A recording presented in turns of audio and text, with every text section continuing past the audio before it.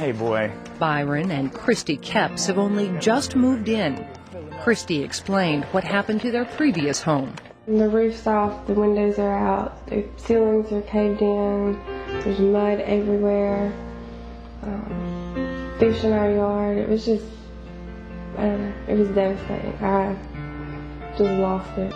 Now that they again have a roof over their heads, the Kepps family is looking to the future. Now we have to All new stuff. just start over. Yeah. We're looking at it really positive. You know, there's two ways you can look at it. You can look at it as, you know, why did this happen to me? Or you can say, you know what, kind of needed all that new stuff again anyways. The Navy has taken other steps to help. For example, the Task Force Family website that's been established. It offers extensive information to help Navy families affected by Hurricane Katrina. Meanwhile, the National Guard is offering all kinds of help through its family service centers. They have counseling, they have financial help, they have psychological help, they have medical help. You name it, it is there. And if they're unaware of it, all they have to do is address it through their chain of command, and we'll get them directed to the right place where they can have their problem addressed. The far-reaching effects of Hurricane Katrina and the extent of the destruction left behind makes Hurricane Katrina the costliest natural disaster in U.S. history. But in mid-September, there was concern an even worse storm was on its way. That was a Category 5 storm by the name of Rita. The storm was originally expected to hit Houston, Texas, dead on. Millions evacuated their homes. Among those millions were some military people who had just returned from helping victims of Katrina.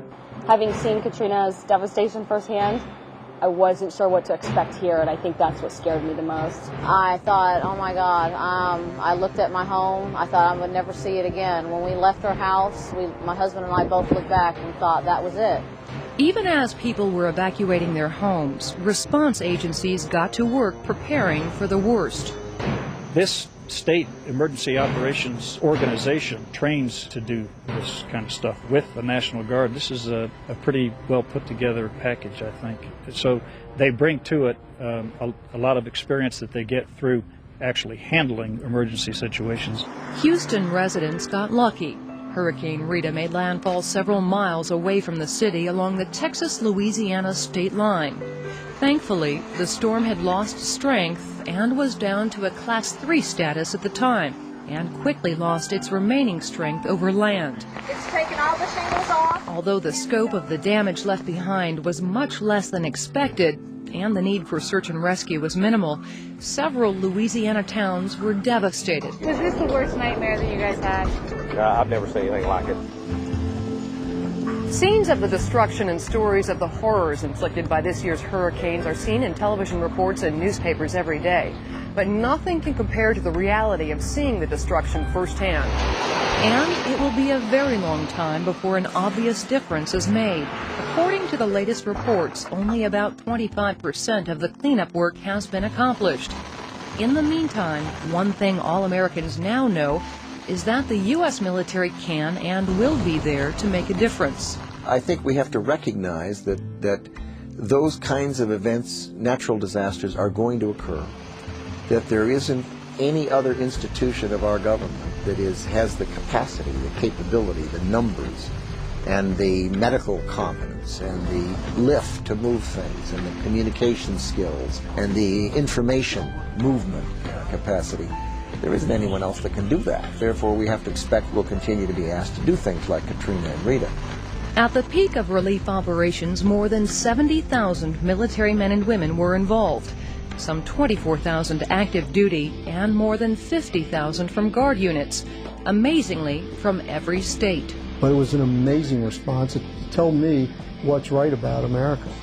I mean, for this to occur, that means 54 governors with 54 political agendas and different ideas on everything agreed on one thing, and that is when the American people need you, when the Guard is needed, the Guard is going to be there, and they're going to ensure that that's in fact going to happen. It will likely be some time before all aspects of the response to Hurricanes Katrina and Rita can be reviewed.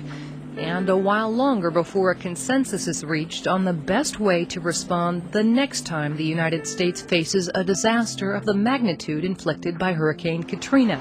In the meantime, the struggle to regain some kind of normalcy along the Gulf Coast continues. Thanks to you who are among us today. As it will for a long time to come. Coming up next, thousands are saved in the aftermath of a killer wave, and the race to help earthquake-ravaged Pakistan as winter sets in.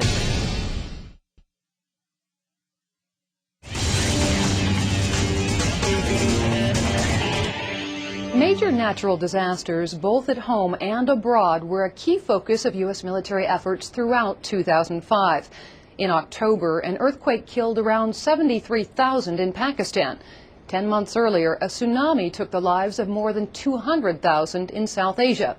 Both times, the U.S. military answered the call for help.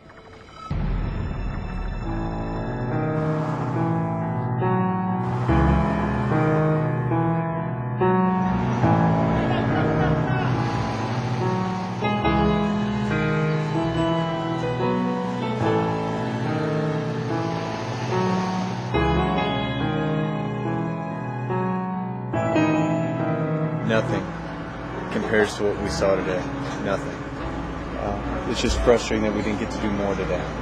I wish we could have made 5 more runs. I wish that as soon as the sun goes up, we're working it until the sun goes down. And I think we'll get to that point. The pictures that the media was able to get of it just couldn't describe it. They couldn't open the lens of the camera wide enough to demonstrate, especially in Indonesia, the extent of the damage. Miles inland, miles wide, absolute destruction, right down to the bare ground, down to concrete foundations. Everything just swept away.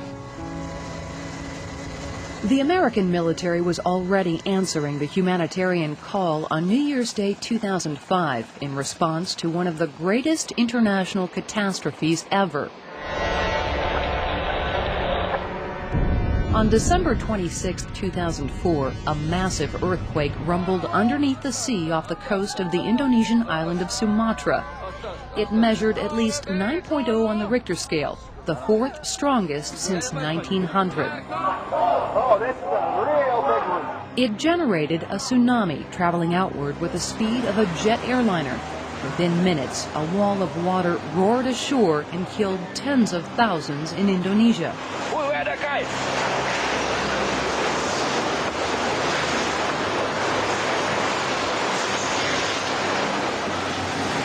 Within a handful of hours, it reached Thailand, Sri Lanka, and India, killing thousands more.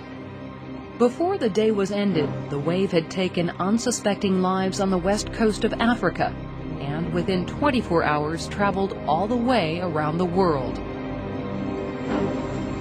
It's very hard here because they have nothing. Everything washed out to the sea.